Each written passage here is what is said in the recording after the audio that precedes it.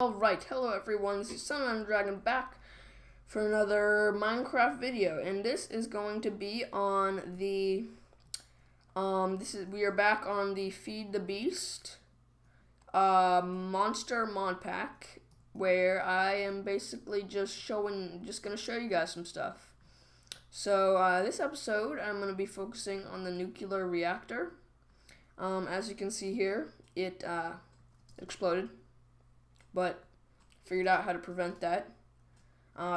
So yeah, that kind of sucked. But yeah, as you can see, we've got power going into our MFSU from our nuclear reactor. Our nuclear reactor. So okay, so let me just show you guys how this works. So you gotta grab a nuclear reactor. Nuclear reactor, and then a reactor chamber. I have one over here.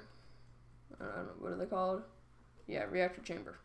So you take your nuclear reactor and you place it right here. So, and then you're gonna place your reactor chambers on all 6 sides or all none sides. Okay, so basically, you start out with this block, so you got your nuclear reactor, you go into your nuclear reactor, and you have all this inventory space. But, these ones are, oopsie, that was unintentional. These ones, you can't place anything in them, so you can, oh, well, you can't place that stuff either. But, if I grab some uranium, so this is a nuclear reactor, so you do use uranium to power these things. And also, holding uranium does give you radiation, so you want to be careful about that. And radiation will kill you. So you basically want to wear a hazmat suit. Let me just show you guys that. It's a H-A-Z? Yes. So, yeah, so we have the hazmat suit right here, and you can place those on just like that. So yeah, those can help prevent some of the radiation stuff.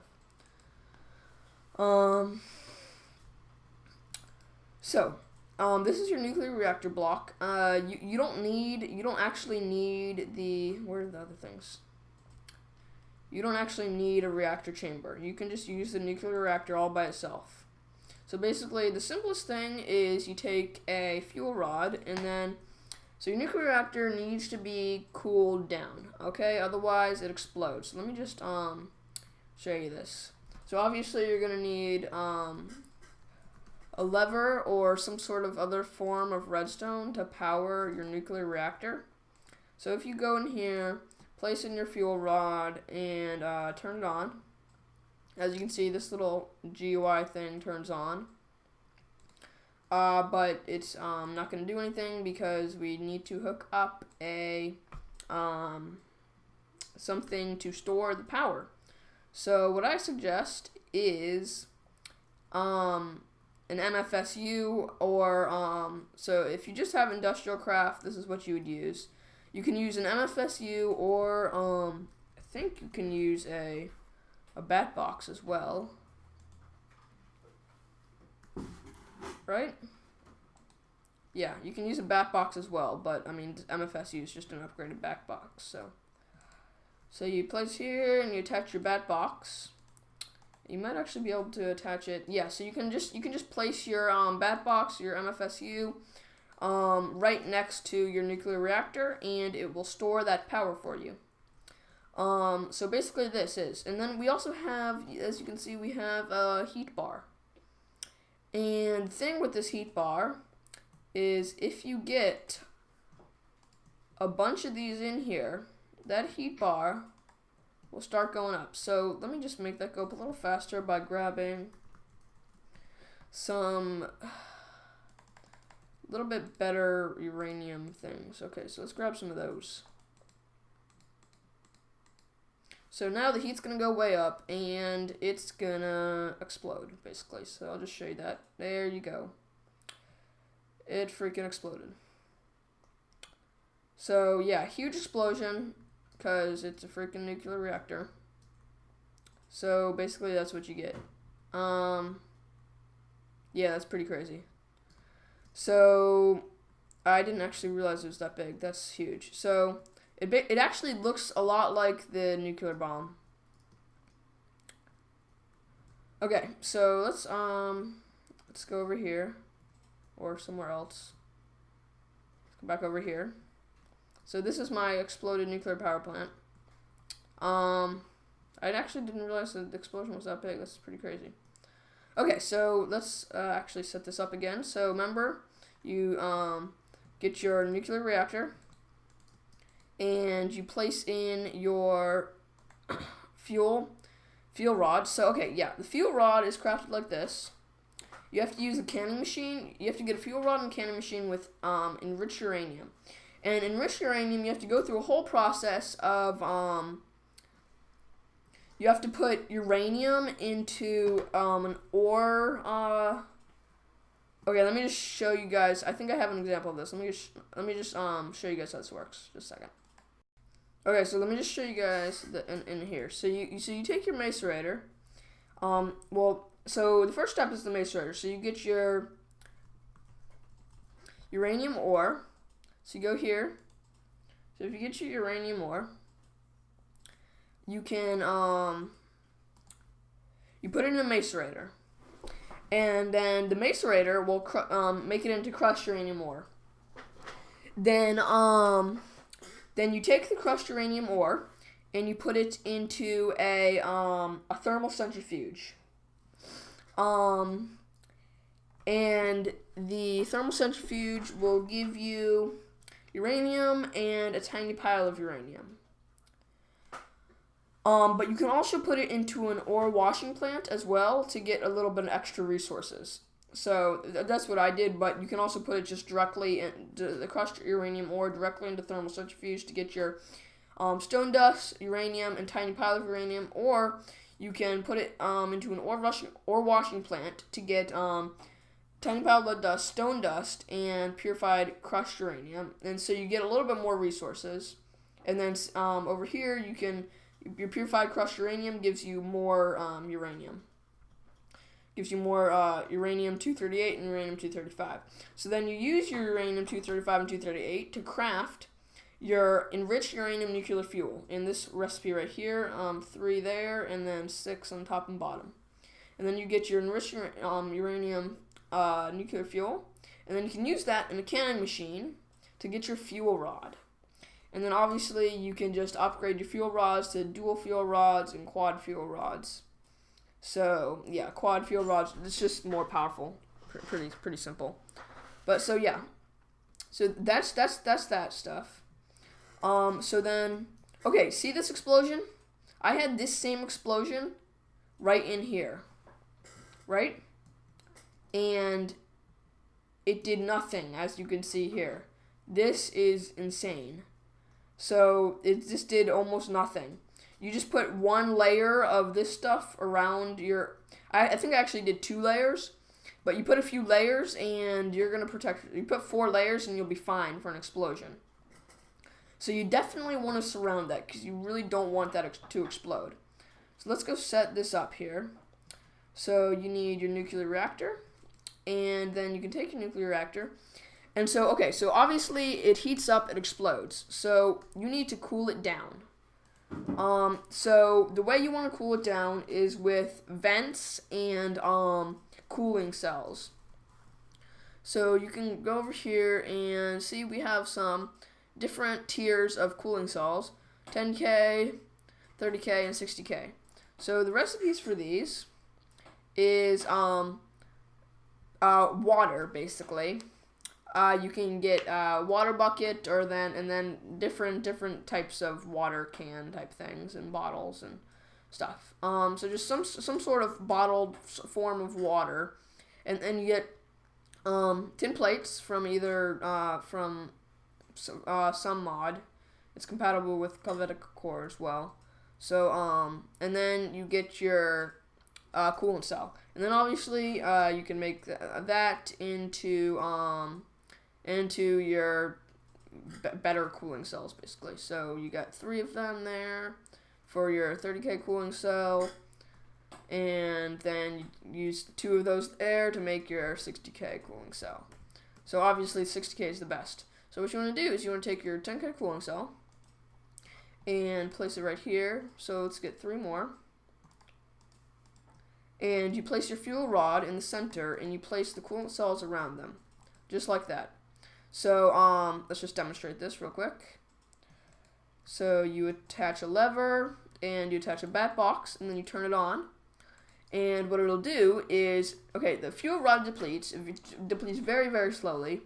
And then the coolant cells also deplete. So and then basically once the coolant cells depleted all the way gone, they disappear, and then basically it's gonna explode after that. So let me turn that off real quick. So we got 2,600 from that, just a few seconds there, so it's pretty good. Okay, so then you've got your heat. So that's how you cool it down. That's the basic way you can cool it down. But then there are other ways as well. So you can get things called vents. You can use the coolant cells, or you can use vents. So here are your vents. You got a few types of vents. So if we grab some of these, so some of this, and this. So these are your vents: heat vent, reactor heat vent, component heat vent, advanced heat vent, and overclocked heat vent. So basically, the overclocked heat vent is kind of useful because when this starts to heat up, it's not going to heat up very fast, is it? Okay, let me grab some more powerful uranium cells here. There we go. So you grab your uranium cell, you place it in there. It's gonna start to heat up super quick right there. So it's gonna use those up, and so basically once you get some of that heat in there, you can't use any of these to get rid of heat. The heat vent, or the component heat vent, or the advanced heat vent. The only thing you can use, okay, actually you can't use the component heat vent for this, but you can use all these ones. See, got the advanced heat vent. You have to place all these, except for the overclocker, next to the uranium cell, just like that. See, but then, so I got a whole bunch of heat in here, and I want to get rid of that heat. So if I take that out for a second, and then, so there's no way to get rid of this heat with any of these or the coolant cells. The heat's not going to deplete. The only way you can have the heat deplete is by using this, an overclocker heat vent. So basically, the overclocker heat vent is going to consume the heat, lose durability, and the nuclear reactor is going to lose heat. So if you got your heat all the way up to here and you're freaking out and you got to get rid of it, you place some overclocker heat vents in there. So yeah, that's pretty useful. So because you really don't want that to explode. So if we just get rid of this heat, and also these overclocker heat vents will if they don't need to consume any heat, they will get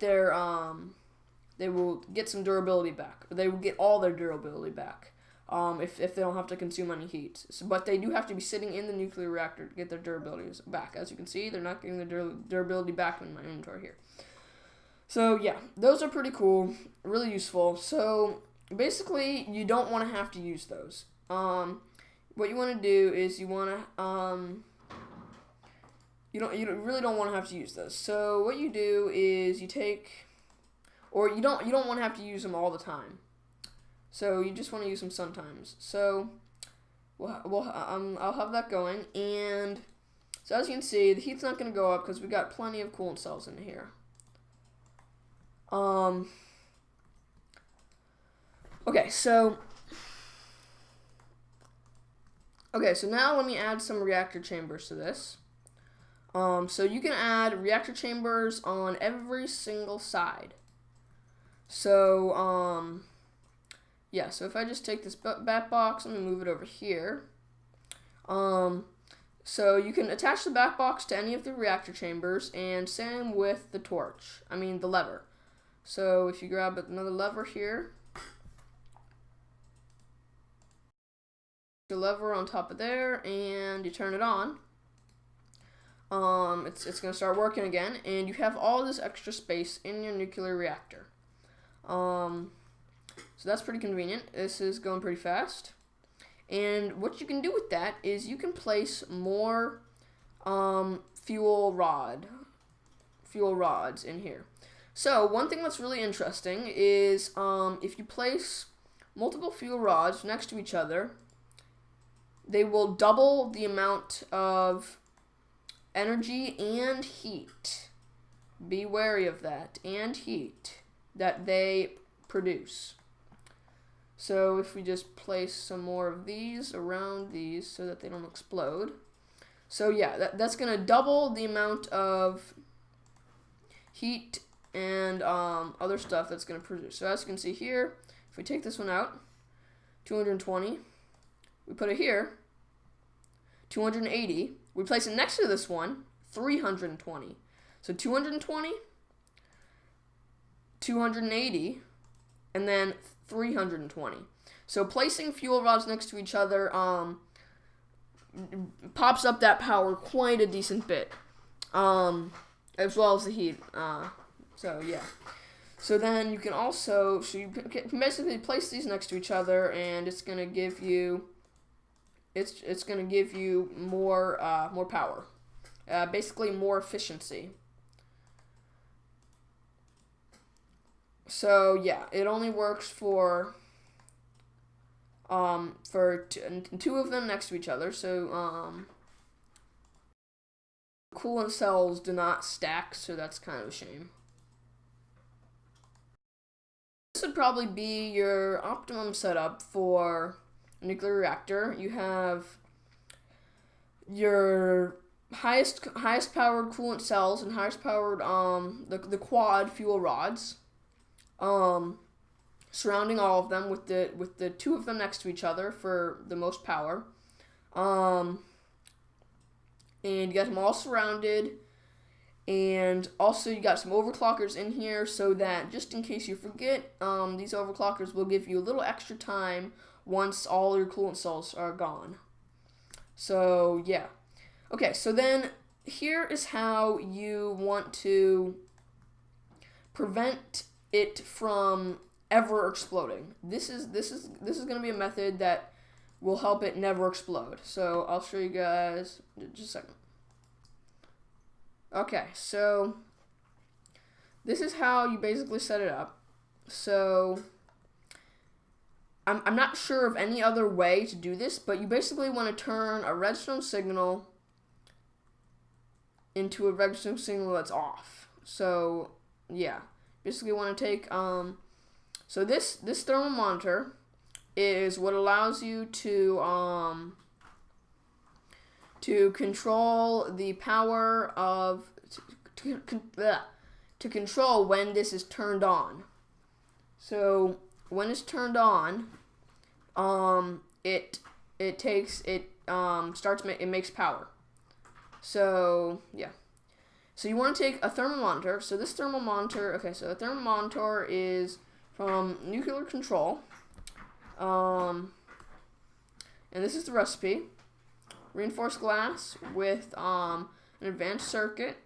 And if you don't know how to craft it from below there, then look it up. But yeah, so that's the thermal monitor.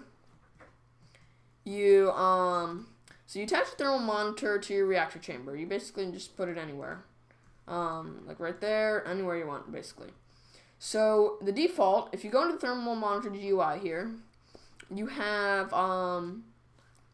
this little interface here, and you can add a certain amount and click +1, -1, +10, -10 on the thermal monitor. So this is gonna stay off because the heat is over 500. And as you can see, 500 heat really isn't very much. So what you really want to do is make that a lot higher. So you can set it to 3000. It'll go up to here. So you can have it go pretty high without exploding. So this is 5,000. 5,000 is about halfway. 5,000 is not going to give you any radiation. So I'd say 5,000 is a pretty safe limit. So as you can see, it's turned off because the heat is at 5,000. And in order to get this back down again, I would want to cool it off. So if I just add my coolant cells around this again, and then you want to, I can just add in some of these to get rid of some of this heat. Deplete some of this heat out of here.